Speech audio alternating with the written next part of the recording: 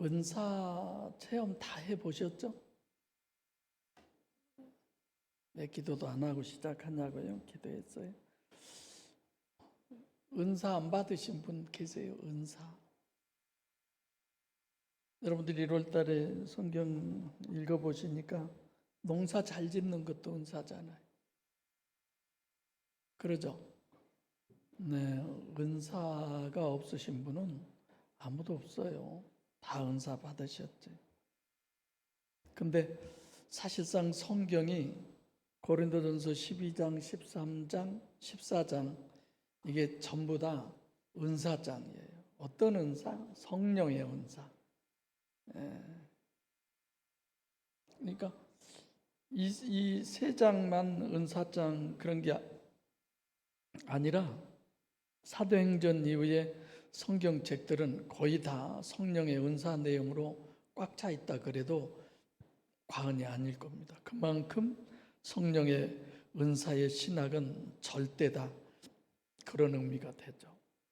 그래서 성경은 예수님 행하신 표적이라고 할지라도 그걸 다 기록할 수 없다. 요한복음 20장 30절, 31절에 그래서 특별한 것만 엄선해서 기록을 했다고 그러잖아요. 그럼에도 고린도전서 12장부터 14장까지 무려 속장에 걸쳐서 성령의 은사만 제시하고 있다고 하는 것은 이 은사는 보통 중요한 게 아닙니다. 그래서 방금 임장로님 이렇게 하셨는데 저런 부분도 은사예요. 저 같으면 하라고 해도 못하겠어요. 저도 색소폰도 사봤잖아요. 진짜 악기는 많이 사봤어요. 그래서 요 근래에 또 하모니카를 내가 배워야 쓰겠다 그런 바람이 불어요. 그래서 또 언제 하모니카 여러분들 앞에서 찬양할런지 될런지 모르지만 그런 부분들도 은사죠. 그래서 그런 부분을 생각해 보면서 성령의 은사를 좀 잠깐 이렇게 정립하려고 합니다. 은사라고 하는 이 단어는 헬라어 원문은 카리스마예요. 카리스마라고 하는 말은 하나님이 주신 선물, 공짜로 준 선물 이런 거죠. 이번에 스승의 날 때 선물 뭐예요? 양말 한 세트씩 주었나? 개인이 줬는지 잘 모르겠는데 그 선물을 내가 받으면 그건 완전히 내 거잖아요. 사실상 이런 부분도 우리가 생각해 보면 성경은 누구의 말씀이에요? 하나님의 말씀이에요. 그건 뭐 그렇게 어려운 문제가 아니거든요. 근데 성경이 하나님의 말씀이라고 말하는 의미가 어떤 것이냐? 디모데전서 3장 16절에 후서죠. 하나님의 말씀이라는 것은 하나님이 직접 인간의 언어로 인간에게 말씀하신, 즉 계시하신 것이다. 그래서 하나님의 말씀이면서 동시에 인간의 말이다. 이제 그렇게 이제 그것을 내 언어로 내가 이해하는 실제적인 것으로 정립해야 된다는 의미로 우리가 많이 정립을 하고 그런 부분을 많이 강조를 하죠. 그럼 도대체 성령의 은사라는 의미가 뭐냐? 방금 제가 공짜로 준 선물이다 이렇게 했는데 뭐 이걸 가지고 여러분들이 성령의 은사라고 하는 개념을 실질적으로 다 이해하고 정립했다 그렇지는 않죠. 성령을 공짜로 선물로 주셨다는 게 어떤 의미냐? 여러분들이 다 알고 계시지만 우선 선물은 주었다가 도로 뺏어갈 수 있는 건 선물이 아니에요. 그렇죠? 내가 누구한테 선물을 줬다 그러면 주는 순간 그건 그 받는 사람, 상대방의 것이지 내 소유가 아니잖아요. 그래서 성령의 은사라는 것은 성령을 나에게 주셨는데 완전히 뭘 이전해 준 것이다? 소유권을 이전해 준 것이다. 그래서 소유가 내 것이 되는 거죠. 내가 소유자가 되는 거죠. 그래서 은사, 카리스마의 의미죠. 그럼 어떻게 주시는 것이 성령의 카리스마냐? 방금 제가 양말 선물 받았던 걸 얘기했던 것처럼 이런 거죠. 예를 들어 출애굽기 때는 성령이 역사하신 거잖아요. 이스라엘 백성들을 애굽에서 건져낼 때. 근데 그건 안에서 역사했어요? 밖에서 역사했어요? 밖에서 역사했어요. 근데 그 전능하신 하나님이 내 몸속에 들어오시는 것이 성령의 은사예요. 공짜 선물이죠. 그러니까 이런 건 소유권을 이전했다는 데서 완전히 내 것이 된다는 그런 의미가 은사예요. 그러니까 성령께서 내 몸속에 들어오시고 그 소유권이 완전히 내 것이 돼. 그래서 요한복음 14장 16절 17절에 내가 아버지께 구하겠으니 그가 또 다른 보혜사를 너희에게 주사. 그 주사가 뭐라고 그랬어요? 디도미, 완전히 소유권을 이전 등기해 준다. 그런 다음에 영원히 너희와 함께 있겠다. 그리고 어디에요? 너희 속에 있겠다. 이것이 바로 성령의 은사입니다. 그래서 예레미야 31장 봐보면 내가 너희 열조의 손을 잡고 애굽에서 나왔어요. 그때는 성령이 어디에요? 남편처럼 몸 밖에서 역사했다 이거죠. 그러던 성령께서 이제 우리 속에, 내 속에다가 법으로 주신다. 우리 편, 내 편, 임마누엘 하신다. 완전히 소유권이 나한테 넘어와 버려서 내 것이 됐고 영원히 내 속에 계신다라고 하는 의미가 성령의 은사 받은 거. 그리고 나면 내 안에 계신 성령은 우리가 아는 표현은 전깃줄이 되는 거죠. 나를 통해서 하시는데 내 안에 역사하시는 성령의 전깃줄이 여러분과 제가 돼야 합니다. 할렐루야. 성령의 전깃줄. 불이야 성령의 불, 이런 찬양을 하듯이. 그래서 예수님도 그러잖아요. 성령의 전깃줄, 마태복음 12장 28절에 내가 아버지의 성령을 힘입어 귀신을 쫓아내며. 그 말은 예수님 속에 계신 성령이 예수님을 전깃줄로, 나는 전깃줄이다. 실제 역사는 내 속에 계신 성령 하나님이 하신다. 이런 거죠. 그래서 여러분들의 삶 속의 모든 부분이 이런 적용이 되시기를 바랍니다. 교회에 와서 찬양 그것만이 아니라 내가 삶 속에서도. 그러면 성령 하나님이 어떻게 해서 내 안에 오시느냐? 그것은 말씀을 통해서. 그렇죠? 이게 말씀을 통하지 않고는 정말 위험합니다.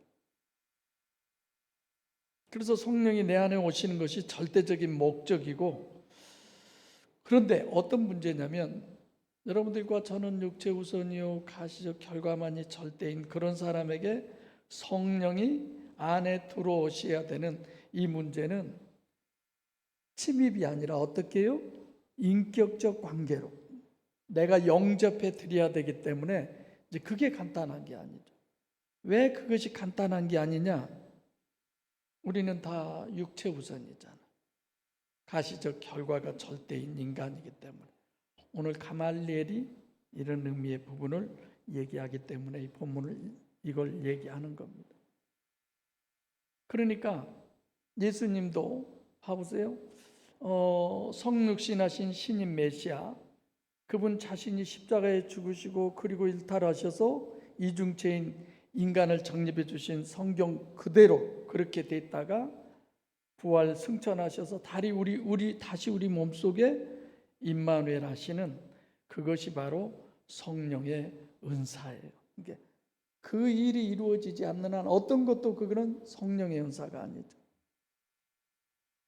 요한복음 14장 12절에 나를 믿는 자는 내가 하는 것을 저도 할 것이요 이보다 큰 것도 하리니. 성령이 내 안에 실제로 들어오셔서 내가 하나님의 전깃줄이 되며 성령의 역사는 끊임없이 일어나게 돼 있습니다. 그럼 핵심은 어디 있느냐? 말씀이 절대예요. 그래서 항상 여러분들과 저에게는 말씀이 가장 중요하죠. 말씀의 목적은 말씀으로 끝나는 게 아니라 제가 얘기했죠. 말씀대로 주일성수해라, 주일성수한 것으로 끝나는 것이 아니에요. 목적은 순종만으로 끝나는 건 아니에요. 그 순종을 통해서 뭐가 나타나느냐?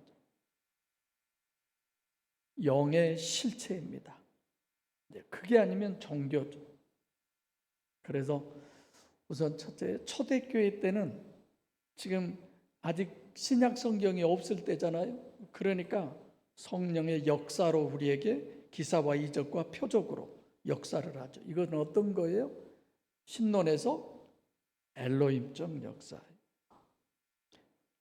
하나님이 직통 계시로 알려주시는 거죠. 그때는. 왜요? 성경이 없으니까. 엘로힘적 역사로. 그리고 이제 계속 이어서 오다가 오순절날 성령이 임하셔요. 그것을 사람들이 모르니까 어떻게 임해요? 불의 해같이 갈라지는 것 같고 급하고 강한 바람 소리. 왜 이런 것들을 기록해요? 왜 이렇게 성령은 역사하셨을까요? 우리 인간이 오감으로 확인할 수 있도록 역사하신 거죠. 그래서 엘로힘적 신앙이 아니면 그냥 믿어져 버리는데, 그게 이해가 되는데, 그냥 그게 삶이 돼버리는데 굳이 기사와 이적과 표적이 필요가 없죠. 그러나 아직 그만큼의 신앙이 안 되기 때문에 자꾸만 기사와 이적과 표적의 역사가 나타나죠. 이런 부분은 표적 신앙에서 많이 설명을 드렸기 때문에 그냥 넘어갑니다. 그래서 초대교회의 성령의 은사는 직통계시용이다. 왜냐? 아직 신약 성경이 없었기 때문에 우리에게 맞춤용으로 그렇게 역사하시는 거죠. 근데 지금도 자 우리가 초대교회로 돌아가자, 이거는 전혀 잘못된 얘기예요. 신학적으로 정립이 잘못돼서 그런 얘기를 하는 겁니다. 주님께서 복음서에서 정립해주고 초대교회에서 예수님이 십자가에 돌아가시고 부활하시고 그리고 사도들에게 연결되어서 그리고 사도들 한 군데 모아서 다시 정립해주고 오순절 사건, 그러죠? 그들이 그 성령을 받기 위해서 사도행전 1장 14절에 간절히 기다리잖아요. 그 다음에 임에서도 전혀 없는 것 같은, 그래서 방언으로 직통계시를 해주시죠. 근데 지금은 그 성령의 은사가 초대교회 때와 지금은 달라요. 같지가 않아요. 그래서 성경 시대에 있어서 성령의 은사의 목적은 전혀 다릅니다. 성경이 완성됐으니까 이제는 성경 말씀의 순종, 그 말씀의 순종이라고 하는 것은 기록된 원리와 법칙을 우리가 아는 거죠. 이제 정립된 사람들에게 안 보이는 하나님이 실제로 여러분들과 제가 여겨져야 돼. 그 하나님 앞에서 하시는 것. 그래서 성령 역사 이전에 여러분들과 제가 논리적으로, 원리적으로, 성경적으로 완벽하게 정립이 돼 있어야 합니다. 그렇게 돼 있으면 마귀도 역사예요. 성령도 역사예요. 얼마든지 우리가 분별할 수 있는 거죠. 원죄라는 것이 뭐냐, 인간율의 법칙, 전깃줄이라고 하는 의미, 이런 것들도 다 여러분들과 제가 정립된 거죠. 그 다음에 우리는 더 중요한 건 뭐냐면 은사로서는 성령과 마귀를 분별해야 돼요. 우리의 약점이 가시적 결과 기준이라는 이것이 우리들의 약점인데 어떤 사람들은 방언하면 성령 받았다. 성령으로 거듭난 사람이 방언할 수 있어. 이건 정말 잘못된 거죠. 거듭났다고 그래서 다 방언하는 거 아니에요. 또 방언 다 한다고 그래서 거듭난 거 아닙니다. 그것이 기준일 수가 없죠. 스님들도 방언하신 분 있는데 유튜브 봐보세요. 무당들도 방언하는 사람들이 있어요. 어쨌건 예수님께서 마태복음 24장 24절에 할 수만 있으면 택하신 자들을 미혹하려고 거짓 그리스도와 거짓 선지자들이 일어나서 큰 표적과 기사를 행한다. 우리들이 또 우리 주변에 요즘 아마 성경 말씀 그대로 마지막 때가 되면 더 많은 그런 역사가 일어날 거예요. 그래서 여러분들도 이런 건 소소한 얘기지만 잘 생각해서 얘기하세요. 하나님의 은혜로 이렇게 됐네. 하나님의 은혜로 어쨌네. 하나님의 은혜로. 우리가 그런 말 많이 하잖아요. 그것이 하나님의 은혜인지 마귀인지 뭘 근거로 그렇게 얘기하세요, 여러분? 가끔 여러분들에게 그 얘기를 듣고 저도 그런 얘기를 하지만 어떤 근거로 저렇게 얘기를 할 수 있지? 나한테 유리하게 된 것은 다 하나님이 한 것입니까? 여러분들에게 유리하게 한 건 다 하나님이 한 것입니까? 그런 문제가 있어요. 마귀도 얼마든지 그렇게 할 수 있어요. 오히려 하나님은 하나님의 목적을 이루기 위해서 나에게 피해를 주어서 오히려 그 일을 이루시려고 하는데요. 내가 원하는 것을 하나님은 허락하지 않고 원치 않는 것을 오히려 허용을 해서 고난을 주어서 하나님의 길로 우리를 인도하려고. 사단은 우리가 오히려 원하는 대로 해주면 하나님께서 멀어질 것 같으면 얼마든지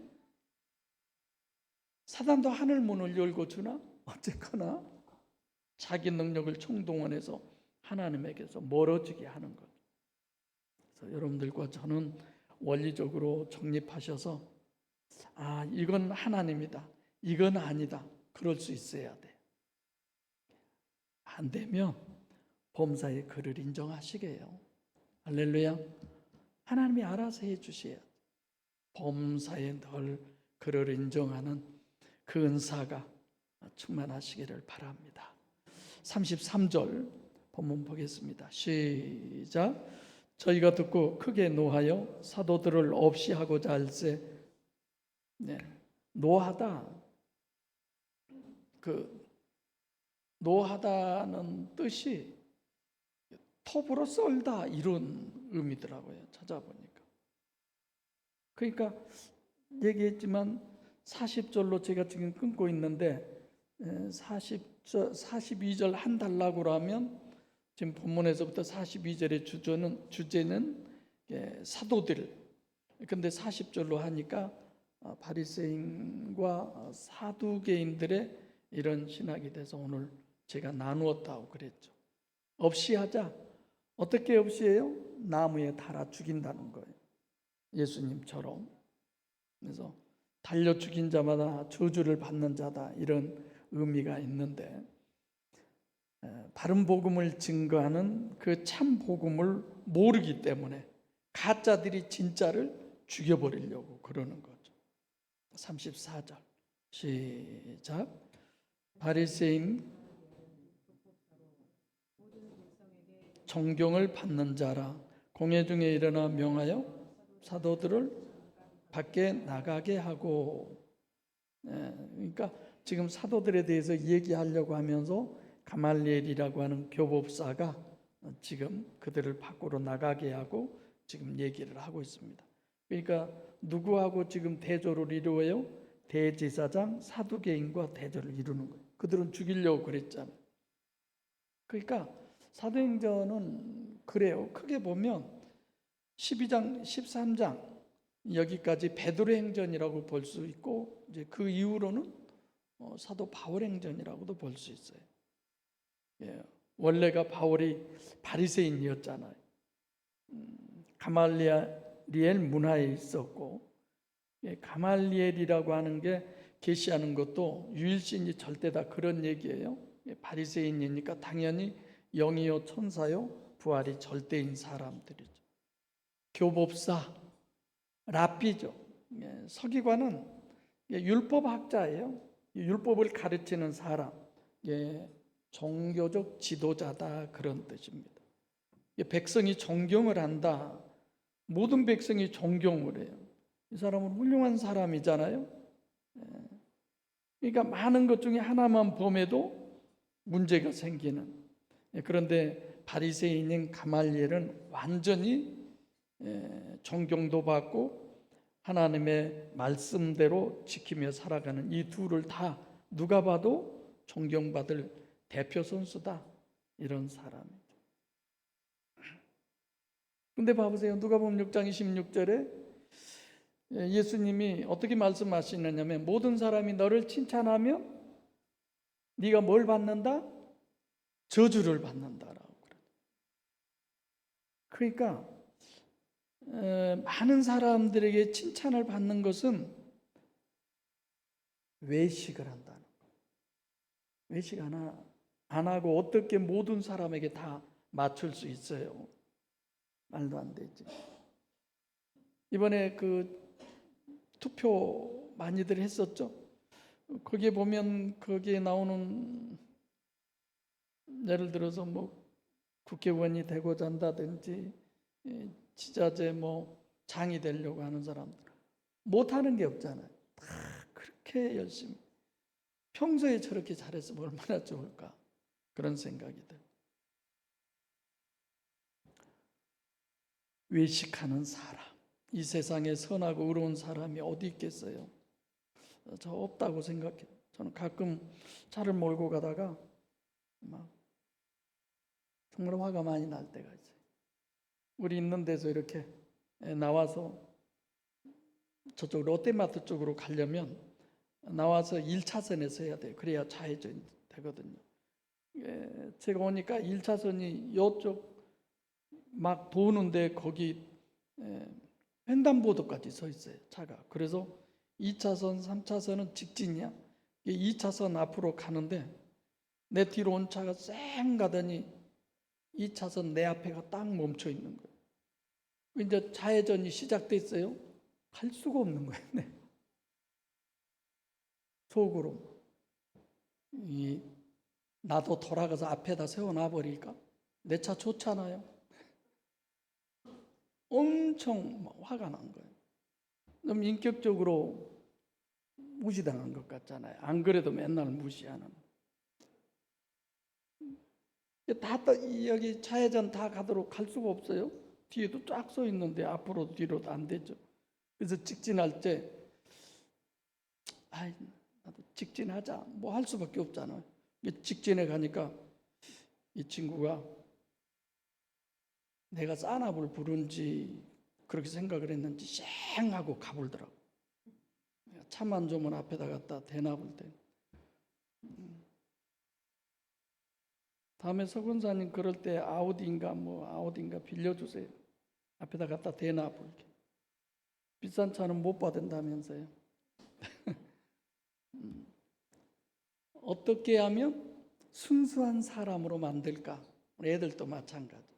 어떻게 하면 순수한 사람으로 만들까? 이런 거. 일어나서 아나히스템이죠. 부활할 때 다 쓰는 단어들인데 그래서 부활을 염두에 두도록 선택된 단어입니다. 35절 시작. 말하되 이스라엘 사람들아 너희가 이 사람들에 대하여 어떻게 하려는 것을 조심하라. 이스라엘 사람이라는 게 어떤 의미일까요? 메시아 대망 그런 의미죠. 넘어가죠. 36절 시작. 이전에 되다가 일어나 스스로 자랑하며 사람이 약 400이나 따르더니 그가 죽임을 당하며 쫓던 사람들이 다 흩어져 없어졌고 스스로 메시아라고 그랬다 이거죠. 예수님처럼 불사조 단일체 이렇게 보는 거죠. 따르다 크게 기대하다 이런 의미.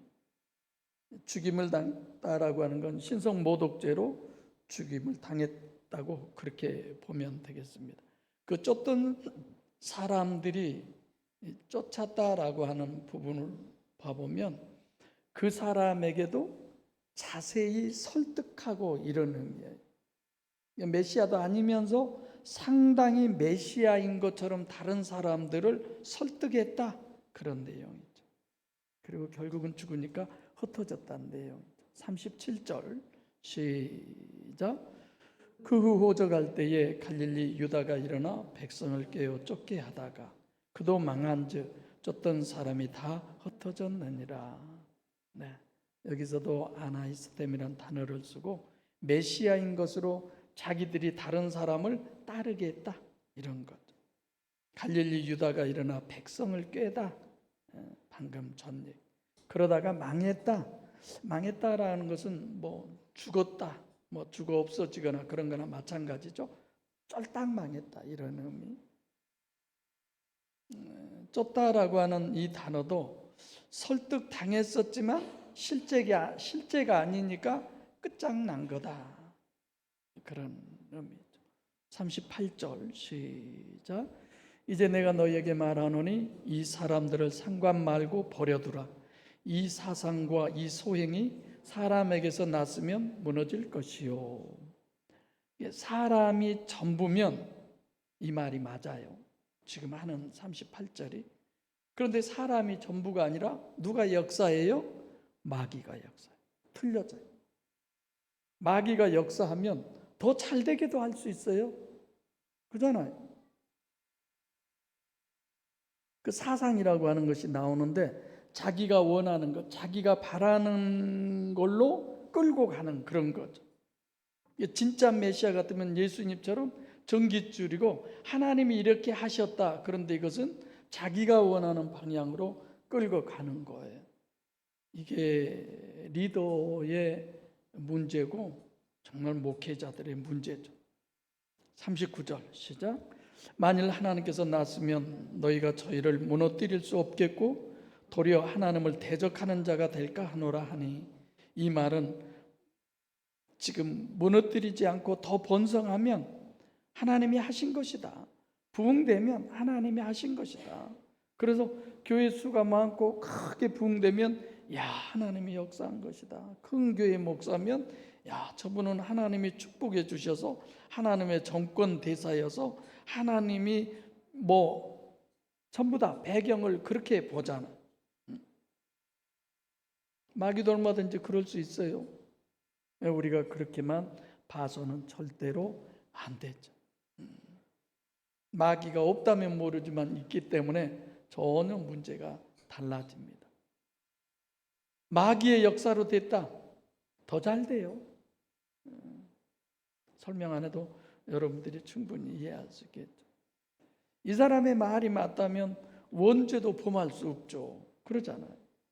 다 틀린 얘기예요. 지금 이 가부 누구요? 가말리엘이라고 하는 사람의 얘기가.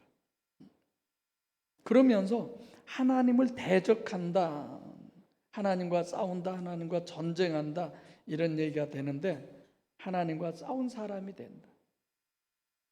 여기에 해당 안 된 사람이 있습니까? 우리가 싸우잖아요. 제발 좀 하나님하고 안 싸우고 미리서 좀 늘 패배하게 해주세요. 하나님한테는 정말 지게 해줘. 맨날 우리가 이래야 되는데. 또 내가 하나님하고 싸우지 않더라도 하나님의 뜻에 안 맞은 것은 하나님과 대적하는 거죠. 이게 어려운 거예요. 우리가 봐서 하나님과 진짜 대적하는 것이 보이는 것이면 간단한데, 하나님은 우리가 선하고 뭐 의롭고 서로 사랑하고, 그게 다 어려운 거죠. 쉬운 게 아니죠. 하나님을 대적하는 것으로 설득당한 것으로 나타난다는 건데 정말 어려운 문제입니다. 여러분 각자가 많이 고민하고 신앙생활해야 할 부분이에요. 발견된다. 하나님한테 발견된다. 그래서 영적 목회가 가장 어려워요. 육적 목회는 내가 보면 어렵지 않아요. 그냥 여러분 전도하십시오. 그러면 우리 교회 부흥하고 그것이 하나님의 뜻이고 봉사하시고 헌금 많이 하면 심은 대로 거두고 뭐 여러분들 좀 뭐 잘 되면 하나님께서 뭐 축복하셔서 누구 보라고 뭐 어떤 장로님 보라고 문제가 있어서 때문에 그냥 구구절절히 얘기할 수는 없지만 여러분들 아시죠? 뭐 그분에게는 그럴 만한 일이 틀림없이 있어서 그런다.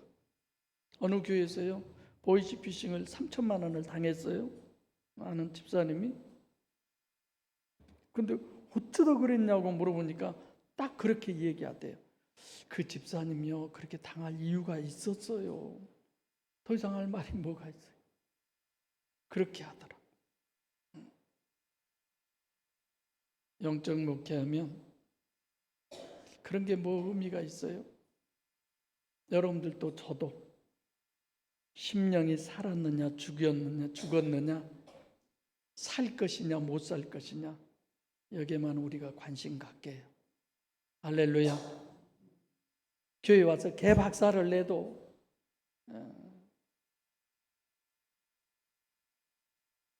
저는 그런 생각도 해요. 설교 중에 그냥 여러분 중에 누가 일어나서 막 삿대질을 하면서 그걸 설교라고 하냐 어쩌냐 뭐 어쩌니 저쩌니 하고 그래도 저는 가만히 우리 한번 들어봅시다 하고 다 들어보려고.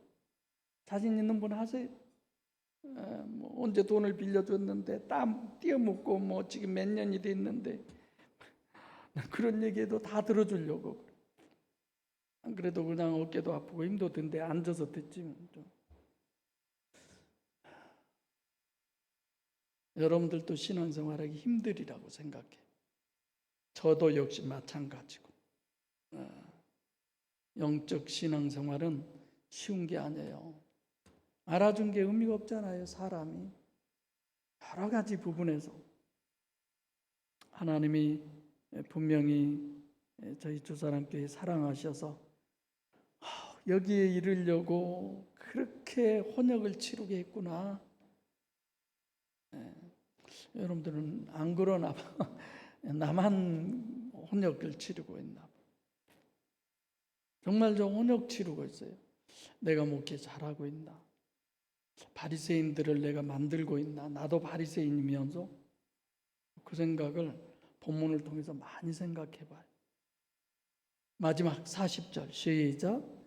저희가 옳게 여겨 사도들을 불러들여 채찍질하며 예수의 이름으로 말하는 것을 금하고 놓으니.